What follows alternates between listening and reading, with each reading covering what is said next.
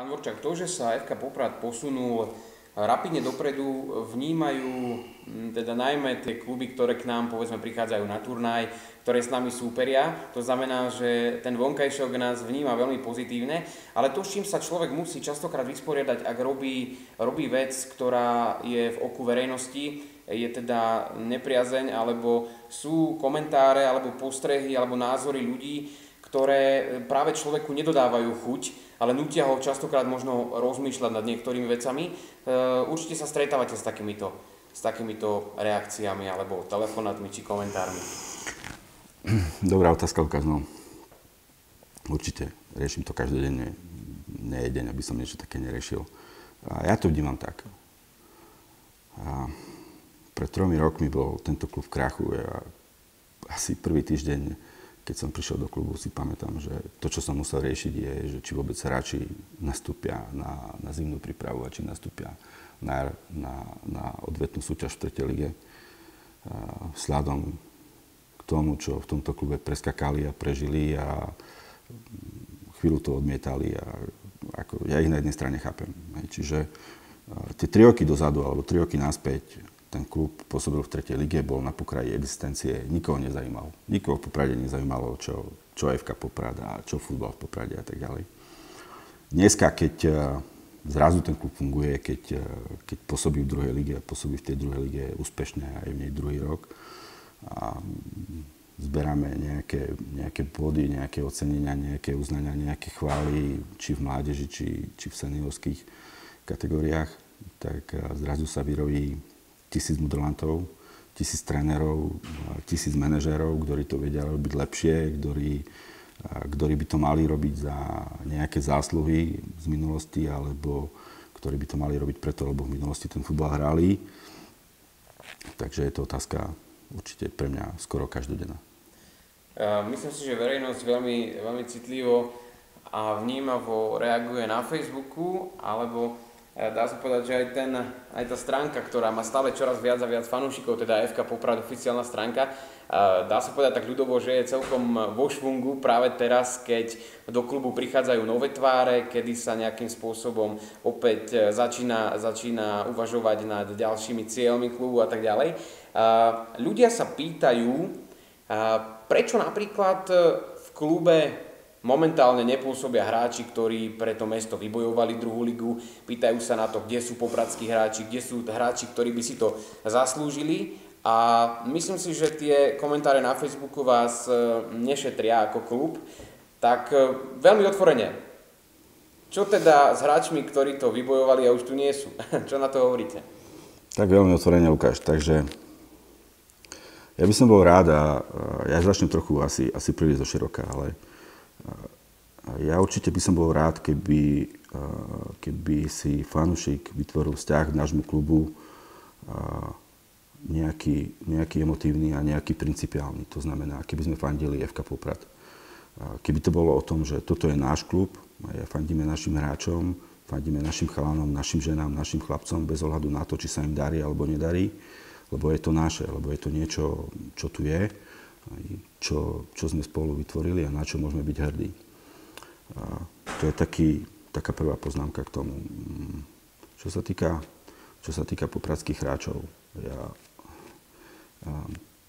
vieš, Luky, po nejakej tej prvotnej fáze, kedy sme vošli do klubu a riešili sme dlhý klub a riešili sme jeho samostatnú existenciu, podarilo sa nám nejak ten klub skonsolidovať a potom sme si postavili otázku, dobre, a čo ďalej? A je to otázka, ktorú v podstate my si vo vedení klubu kladieme takmer každý deň. A môžem povedať, že dneska klub po dlhej dobe, ja neviem, či to v minulosti vôbec tak niekedy bolo, má nejakú koncepciu, má nejakú filozofiu a má nejakú víziu, ako chce fungovať, ako chce pokračovať a ako chce existovať. A my jednotlivými krokmi, ktoré robíme, je, že naplňame tú víziu.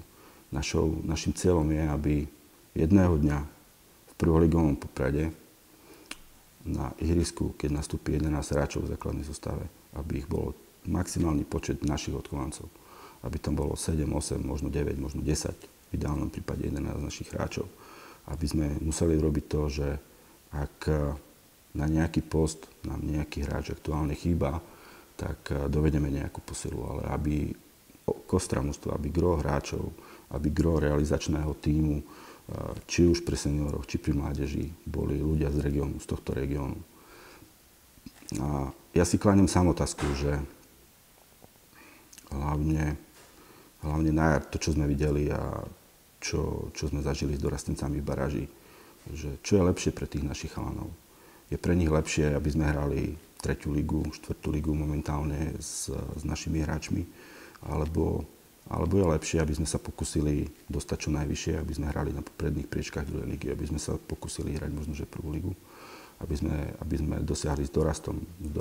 ligu, aby sme naozaj hrali ťažké zápasy a aby sme vychovali hráčov pre práve takýto profesionálny futbal, pre vrcholový šport. A ja si myslím, že či tá baráž našej 19-ky alebo minulosť tohto klubu ukazuje, alebo aspoň nám ukázala, že musíme mať tie vyššie ciele, jednoducho. Stav je momentálne taký, že počas posledného roka nikto z popradských hráčov z klubu neodišiel. Jediný, ktorý odišiel, je Matúš Bendík. Je mi to veľmi ľúto. Ja som s Matúšom absolvoval veľmi veľa rozhovorov a naozaj snažil som sa zmeniť jeho životné rozhodnutie. Bohužiaľ, Matúš sa rozhodol, že proste z Popradu odíde, že odchádza žiť niekde inde a napriek tomu, že mal s nami profesionálnu zmluvu, ja mu predsa nemôžem brániť v tom, aby začal nejakú svoju novú životnú cestu. Jednoducho, Matúš pre tento klub niečo spravil a viem, že sa to ľuďom nepáčilo a registrujem, že ľudia sa na klub hnevali a nadávali nám, že sme pustili Matúša. Ale ako bolo by to nefér voči tomu chalanovi jednoducho. Legálny nástroj bol, Matúš, máš s nami podpísanú zmluvu, musíš ju dodržať, musíš tu hrať, takže nemôžeš odcestovať, nemôžeš odísť nikam preč. Bolo by to ale veľmi nefér a nechcem, aby tento klub takto fungoval. Chcem, aby tento klub fungoval tak, že hráčov, ktorí pre tento klub, pre toto mesto niečo spravili, tak si bude vážiť. Budú to ikony tohto klubu, budú to vážení ľudia v tomto meste a ten klub sa voči nim takto bude chovať jednoducho. Takže s výnimkou Matúša Bendíka neviem o tom, že by proste niekto z popradských hráčov odišiel. Je pravda, že dlhodobé zdravotné problémy má René Durkos, ktorému pravdepodobne momentálne neumožňujú hrať profesionálny futbal, ale všetci ostatní chlapci sú tu, sú v kádri. Ak to verejnosť vníma tak, že tým, že niektorí naši chlapci hrajú za juniorku, že je to nejaká degradácia alebo niečo podobné, tak sa vám vymýlia. Jednoducho celá tá filozofia a koncepcia klubu je dneska nastavená tak, že aj to naše B-mužstvo, tá naša juniorka je veľmi dôležitá súčasť klubu. Je to veľmi dôležitý článok a je to veľmi významné pre tento klub. Jednoducho, my tými príchodmi, ktoré sa tu udiali, my sme potrebovali len vystúšiť káder.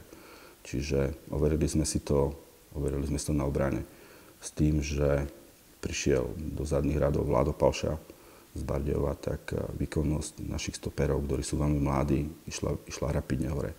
Čiže tak ako povedzme Erik Šula by možno, že keby neprišiel Vlado Palša, v tomto klube dneska nebol, a nie môjim rozhodnutím, ale rozhodnutím trénerov, ktorí tu v minulosti boli, tak dneska sa stáva nejakým pilierom zadných rádov. A o tom to je jednoducho. My všetko, čo dneska v klube robíme, tak robíme práve pre popradských chlapcov. Robíme to pre tých dorastencov, robíme to pre tých žiakov, pre tých prípravkárov, ale predovšetkým si treba uvedomiť, že v kádre A-mužstva máme popradských chlapcov, ktorí majú dneska medzi 20-23 rokov, ktorí sú veľmi perspektívni. A keď sme priniesli k nim skúsených hráčov, tak sme priniesli s tým, že aby od tých skúsených hráčov nazberali skúsenosti, aby získali iný prístup k povinnostiam, iný prístup k tréningom, aby to bolo viac profesionálne, aby jednoducho tí chalani rástli. My rátame s tým, že hráči typu Joško Trop, Erik Šula, David Galovič, Samo Lipták, Viktor Maťaš, to sú práve chalani v tomto veku, Miro Lichtarčík, povedzme, či Roman Konečný, alebo Diabelko z dorastu. budú lídri tohto mužstva o 3-4 roky. Na nich, práve na týchto chlapcoch bude FK Poprad o 2, 3, 4 roky stáť a oni budú tvoriť základ tohto týmu. Bohužiaľ, ako dneska náš pohľad na to je taký, že ak chce klub rásť, ak má klub nejaké ambície a chce hrať o popredné priečky a chce napredovať, potrebuje doniesť aj skúsenejších hráčov. Môžeme si hovoriť, čo chceme, ale ak náš dorast vyhrá so 17 bodmi, vyhrá druholigový súťaž, znamená to pre nás, že neabsolvuje ťažké zápasy jednoducho. Tým pádom tí chalani, ak prejdú z dorastu, prejdú do seniorskej kategórie, nie sú takými posilami mužstva, aké druhá liga dneska na Slovensku vyžaduje. Nemyslíme si, že druhé mužstva v druhej lige spia na Vavrinoch, že nenapredujú. Práve naopak. Aj iné mužstva napredujú. Tá kvalita druhej ligy ide hore. Naozaj kvalita niektorých zápasov presahuje z môjho pohľadu prvoligové parametre.